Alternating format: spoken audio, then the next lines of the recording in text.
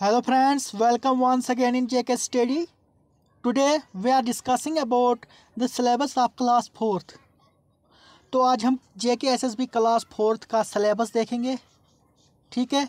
तो इसके बारे में हम डिस्कस करेंगे आज की कौन कौन सी चीज़ें जो है वो एग्ज़ाम में है, सिलेबस में क्या है, कितने सेक्शन है, कितने यूनिट हैं, और एग्ज़ाम में जो इम्पॉर्टेंट है जिस पे आपको ज़्यादा ज़ोर देना है तो उसके बारे में भी हम आज देखेंगे कि किस में से कितने क्वेश्चन आ सकते हैं।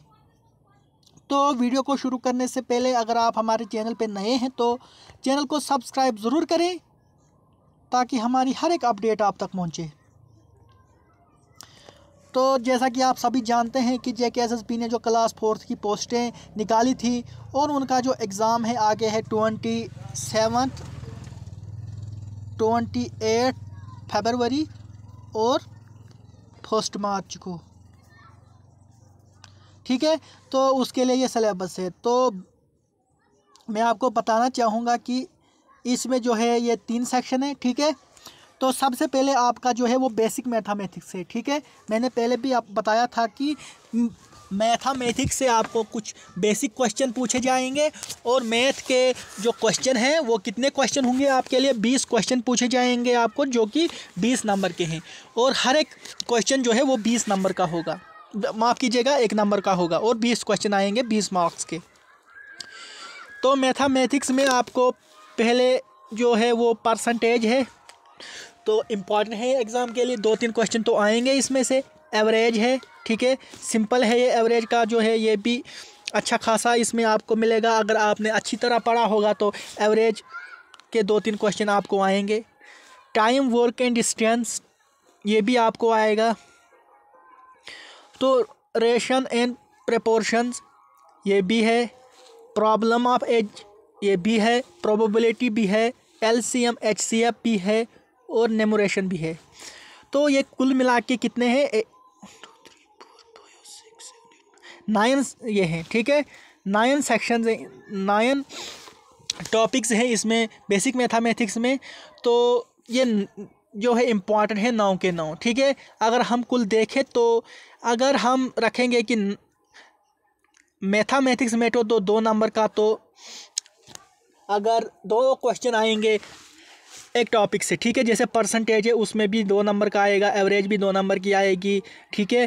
प्रोबेबिलिटी 2 की आएगी। तो इस हिसाब से 20 जो हैं तो 20 नंबर तो इसी में आ जाएंगे। तो 2 मार्क्स जो हैं वो हर एक टॉपिक पे आएंगे, ठीक है। जैसे परसेंटेज के 2 क्वेश्चन आपको मिलेंगे वहाँ, एवरेज के 2। तो ये सभी टॉपिक्स जो है इम्पॉर्टेंट हैं, ठीक है। तो इसके बाद हम बात करेंगे रीजनिंग की। रीजनिंग जो है ये भी इम्पॉर्टेंट है, 20 मार्क्स की रीजनिंग है। तो कैंडिडेट्स इसमें जो हैं, जो इसमें स्टूडेंट्स हैं, जिन कैंडिडेट्स ने इसमें फॉर्म भरा है, तो उनको सभी को रीजनिंग के बारे में पता नहीं है। लेकिन बड़े यूट्यूब चैनल हैं जो तैयारी करवा रहे हैं इसकी, तो बहुत कैंडिडेट्स ने इसमें बहुत कुछ सीखा होगा। तो इसलिए इसका जो वहाँ पे रहेगा तो इसका भी काट जो है वो हाई जाएगा। लेकिन अब लिस्ट में कौन आ सकता है, जो काट होगा वो काट के अंदर कौन फॉल करेगा, तो वहाँ पे फॉल वही कैंडिडेट करेगा तो जो अच्छी तरह से वहाँ पे लिखेगा, ठीक है, जो ज़्यादा नंबर लेगा। तो अब यहाँ पे बात बनती है कि ज़्यादा नंबर कैसे लोगे आप। जब आप हर एक क्वेश्चन निकालोगे और क्वेश्चन जो है वो करेक्ट होना चाहिए, तब भी आप का जो है वो आप ज़्यादा नंबर लोगे। इसलिए आपको हर एक टॉपिक पे जो है वो ध्यान देना है। तो रीजनिंग में एनालॉजीज है, ठीक है, रिलेशनशिप कंसेप्ट है, फिगर ओड 1 आउट है, डायरेक्शन सेंस है, फिगर सीरीज कंप्लीटेशन है, वेन डायग्राम है, नंबर सीरीज है, कोडिंग डिकोडिंग है, ठीक है। तो हम कोशिश करेंगे, इसमें से हमने कुछ वीडियो जो हैं वो अपलोड की हैं अपने YouTube चैनल पे। अगर आपने अभी तक नहीं देखी है तो आप हमारे चैनल की प्लेलिस्ट में जाकर कुछ वीडियोस देख सकते हैं, ठीक है। तो ये इसमें कुल अगर हम देखें तो 8 यहाँ पे 8 टॉपिक्स हैं इसमें, ठीक है। तो ये इम्पॉर्टेंट हैं, ये भी वहाँ पे इम्पॉर्टेंट हैं, ठीक है।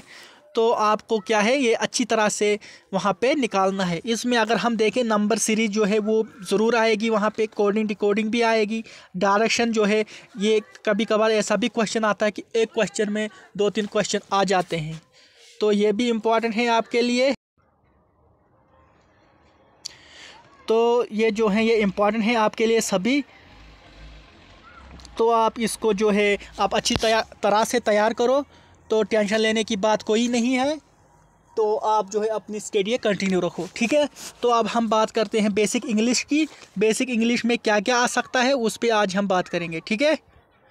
तो इंग्लिश जो है ये भी 20 मार्क्स की है, ठीक है। इसमें भी आपको 20 क्वेश्चन मिलेंगे 20 मार्क्स के। तो इसमें जो पहले है वो आर्टिकल्स है, सिनोनिम है, एंटोनियम है, प्रीपोजिशन है, वर्ब है, ठीक है। वर्ब के बाद है आपको रीडिंग कम्प्रीहेंशन। इसमें आपको एक पैराग्राफ लिखा होगा, तो आपने फिर क्या वहाँ पे कुछ 4-5 क्वेश्चन वहाँ लिखे होंगे, तो वो उनका आंसर जो है वो देना है, ठीक है। डिटरमाइनर्स हैं, स्पेलिंग्स हैं, आपको वहाँ पे 3-4 वर्ड्स लिखे होंगे, ठीक है। तो आपने क्या करना है उन ऑप्शंस में से देखना है कि किस एक वर्ड की जो स्पेलिंग है वो सही है, ठीक है। आर्टिकल्स तो आपको पता है आर्टिकल्स में क्या होता है, आपको वहाँ पे आर्टिकल जो है वो फिल करने हैं, ठीक है। यानी कि कौन सा आर्टिकल किस जगह पे लगा है, तो आर्टिकल पे आपको जो क्वेश्चन आएंगे वो फिल इन द ब्लैंक्स में ही होंगे। तो सिनोनिम जो है वहाँ पे आपको कुछ 4 वर्ड्स दिए होंगे, सिनोनिम और एंटोनियम। तो इसमें आपको क्या करना है कि ये जो 2 किस्म है, आपको एक तो देखना है कि वो कौन सा वर्ड है जो आपको ऊपर वहाँ क्वेश्चन में वर्ड दिया होगा, तो उसका सेम वर्ड आपने ढूंढना है, सेम मीनिंग जिसका होगा। तो दूसरा आपको अपोजिट वर्ड ढूंढना है, जैसे कि गुड का है बैड, तो मॉर्निंग का है इवनिंग, तो ऐसे वहाँ पे वर्ड होंगे, तो आपने उनका आंसर देना है, ठीक है। तो प्रीपोजिशन भी है, इसमें भी आपको 1-2 क्वेश्चन आएंगे। वर्ब्स किसी काम का होना, तो ये भी वहाँ पे आएगा, 1-2 मार्क्स का तो ज़रूर आएगा, तो इस पे भी आपको फोकस करना है। रीडिंग कॉम्प्रीहेंशन जो है ये बहुत इंपॉर्टेंट है, ठीक है, very very important for exam, क्योंकि यहाँ से आप जो है वो आप अच्छे नंबर ला सकती हो। क्योंकि ये जो रीडिंग कॉम्प्रीहेंशन है ना, इसमें आपको वहाँ पे एक पैराग्राफ जैसा लिखा होगा, तो उसमें से आपने क्वेश्चन निकालने होंगे, तो ये जब भी आएगा तो 5 नंबर का आएगा ही आएगा, इसलिए मैक्सिमम 5 नंबर जो है वो यहाँ से ही निकलेंगे। स्पेलिंग्स हैं, ये भी इजी है, आपने जो है स्पेलिंग्स को थोड़ा देखना है। सिंपल स्पेलिंग्स आएंगी, आपको उतनी टफ स्पेलिंग नहीं आएंगी, ठीक है। जैसे करेक्शन की स्पेलिंग है, तो आपने इसकी सही स्पेलिंग देखनी है, क्योंकि वहाँ पे आपको ऐसी स्पेलिंगें दिएंगे वो कि आपको लगेगा कि हर एक जो वर्ड है वो सही है, लेकिन ऐसा नहीं होगा, उनमें से एक ही वर्ड सही होगा। तो आपने क्या करना है, आपने जब वहाँ क्वेश्चन की तरफ देखोगे आपको लगेगा कि ये करेक्शन है, करेक्शन की सही स्पेलिंग आपने देखनी है, फिर आपको पेपर की तरफ नहीं देखना है। क्योंकि अगर आप वहाँ ज़्यादा देखोगे तो आपको क्या लगेगा कि हर एक जो स्पेलिंग है वो ठीक है, इसलिए आप पेपर को नहीं देखो, पहले आप अपनी जो रो वर्क होगी, जो रफ शीट होगी, उस पर आप करेक्शन की स्पेलिंग लिखो, फिर वहाँ देखो कौन सी सही है, ठीक है। ये मेरी राय है आपसे। सेंटेंसेस जो है ये भी इम्पॉर्टेंट है। तो इसके बाद अगर हम बात करें जर्नल अवेयरनेस एंड साइंस की, तो इसका क्या है, कितने मार्क्स का आएगा, तो चलते हैं आगे, इसमें क्या क्या है, ठीक है। आप यहाँ पे देख सकते हो, ये जो सिलेबस है ना, ये JKSSB ने निकाला है, ये ऑफिशियल वेबसाइट पे हमें मिला है, ठीक है। तो ये कोई फेक सिलेबस नहीं है। तो इसके बाद हमें क्या देखना है, इसमें जो GK वगैरह है, करंट इवेंट्स हैं, ठीक है, ये हम देखेंगे कि देखो यहाँ पे हमें क्या है, current journal current events national level, ठीक है। आपको वर्ल्ड लेवल पे करंट इवेंट नहीं देखने, नहीं आपको खाली जम्मू एंड कश्मीर के करंट इवेंट्स मिलेंगे, वहाँ पे आपको नेशनल लेवल पे यानी पूरा इंडिया जितना भी है कहीं से भी आपको क्वेश्चन मिलेगा, ठीक है। तो आपने अच्छी तरह करंट इवेंट देखने हैं। तो और मैं आपको एक बात बताऊँगा, आज डेट है क्या, 17 आज डेट है, ठीक है। आज के बाद जो करंट इवेंट आएंगे 25 तारीख तक, वो इम्पॉर्टेंट नहीं है, क्योंकि जो पेपर हैं आपके वो बन चुके होंगे। तो जो करंट इवेंट्स आएंगे आपको वो आज से पहले के जो होंगे, ठीक है, तो वही आपको आएंगे। यानी कि आपको आज के बाद ज़्यादा इस पर फोकस करने की ज़रूरत नहीं, करंट इवेंट्स पे। फॉर एग्ज़ाम्पल आपको कोविड-19 पे कुछ आएंगे, ठीक है। कोविड-19 पे कोई भी क्वेश्चन आपको मिल सकता है कि पहला वैक्सीन कब बना, किस कंट्री ने बनाया, ठीक है। तो ऐसे ऐसे क्वेश्चन आपको वहाँ पे मिलेंगे, ठीक है। जीडीपी के बारे में कोई क्वेश्चन आपको मिल सकता है वहाँ पे। तो करंट इवेंट्स जो हैं वो इम्पॉर्टेंट हैं आपके लिए। इसके बाद आपने क्या देखना है, स्पोर्ट्स देखना है, ठीक है। ये भी आपको नेशनल लेवल पे का ही देखना है। इंडिया का कल्चर आपने देखना है, तो कल्चर तो ये पूरा इंडिया का देखना है आपको। हर एक स्टेट के बारे में कल्चर का पता होना चाहिए, जो मेन क्वेश्चन है। तो सब आपने देखना है। इंडिया की जो हिस्ट्री है उसके बारे में आपको पूरा पता होना चाहिए, ठीक है। फ्रीडम फाइटर्स के नाम इसमें आते हैं। आपने वहाँ पे ब्रिटिश के बारे में कुछ क्वेश्चन होंगे, तो आपने क्या है, इंडियन हिस्ट्री जो है अच्छी तरह से इसको देखना है। इंडियन ज्योग्राफी जो है यहाँ पे, इसको भी आपने अच्छी तरह करना है। वहाँ पे इसके आपको 2-4 क्वेश्चन मिलेंगे, क्योंकि इसकी वेटेज जो है ये 40 मार्क्स की है, ठीक है। 40 नंबर का ये सेक्शन है आपको।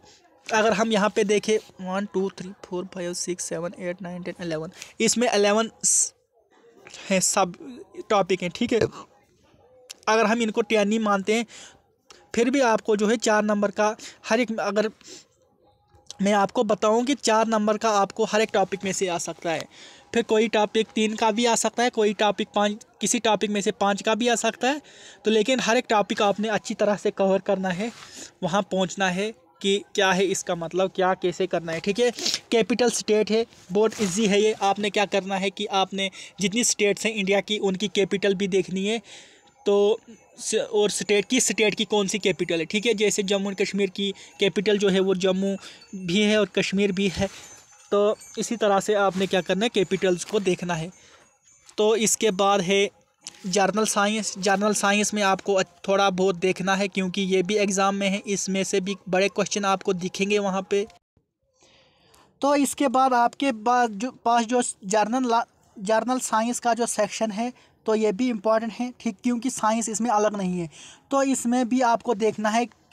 तो ये बहुत जो है, इसमें थोड़ा आपको टाइम लगेगा पढ़ने में, क्योंकि इसमें बड़ा आपको पढ़ना है, ठीक है।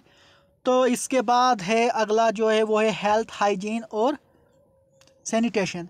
इस पे भी आपको क्वेश्चन आएंगे, तो इम्पॉर्टेंट है ये आपके लिए। तो इसको भी आपने अच्छी तरह तैयार करना है। हेल्थ के बारे में कुछ क्वेश्चन पूछेंगे, क्या पता इसमें भी आपको कोविड-19 के बारे में कुछ क्वेश्चन पूछा जाए, तो इम्पॉर्टेंट है ये। तो अगला है geography of Jammu and Kashmir. अब आया ये JNK के related geography of Jammu and Kashmir. Jammu Kashmir की ज्योग्राफिया आपको देखनी है, अच्छे तरीके से तैयार करनी है। तो इसमें आपको 2-4 क्वेश्चन तो इसमें से आएंगे ही। Culture of Jammu and Kashmir आपने देखना है अच्छी तरह, पूरे JNK का कल्चर आपने देखना है।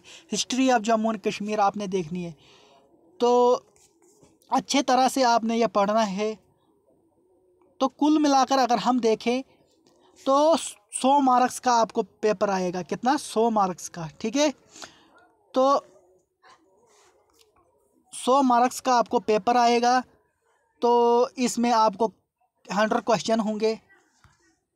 100 क्वेश्चन 100 नंबर के आपको आएंगे। तो आपको नेगेटिव मार्किंग भी है वहाँ पे। तो मैं आपको बताना चाहूँगा कि नेगेटिव मार्किंग जो है उसका मतलब क्या है। जैसा कि आप सभी जानते हैं कि अगर वहाँ पे 100 क्वेश्चन है, ठीक है, आपको 100 क्वेश्चन आएंगे वहाँ पे, तो 100 नंबर के वो होंगे। 100 नंबर के 100 क्वेश्चन आपको आएंगे। तो नेगेटिव मार्किंग का मतलब ये है कि अगर आपने 4 क्वेश्चन गलत किए, तो आपका जो है 1 नंबर जो है वो, जो आपके पक्के क्वेश्चन होंगे ना, मतलब जो आपने सही क्वेश्चन किया होगा, उसमें से आपका 1 नंबर कटेगा। मिसाल के तौर पर अगर आपने 6 क्वेश्चन निकाले, ठीक है, 6 में से आपने 2 क्वेश्चन का जो आंसर है वो सही दिया, और दो क्वेश्चन का आंसर सही दिया और 1 का गलत दिया, तो आपके जो नंबर दो नंबर हैं, तो 4 क्वेश्चन जो आपके गलत हुए वो आपका 1 नंबर काटेगा, ठीक है। तो वहाँ पे आपने अच्छी तरह ध्यान देना है कि आपका क्वेश्चन गलत ना हो। जितना आपको आता है उतना ही वहाँ पे आप करना, ठीक है। तो एक क्वेश्चन की जगह आपको 0.25 मार्क्स जो है वो कटते हैं, ठीक है। अगर आपने एक क्वेश्चन गलत किया ना तो आपको 0.25 मार्क्स कटेंगे, 0.25 मार्क्स। एक नंबर अगर आपने 4 क्वेश्चन गलत किए तो आपको कितना कटेगा, 1 नंबर। ठीक है, तो आपने अच्छी तरह देखना है कि आपको जो आता है वही पहले करें। ठीक है, तो बेस्ट ऑफ लक। इस वीडियो को ज़्यादा से ज़्यादा शेयर करें, अगर आपको पसंद आई होगी तो लाइक करें, शेयर करें और वीडियो चैनल को सब्सक्राइब भी ज़रूर करें। धन्यवाद।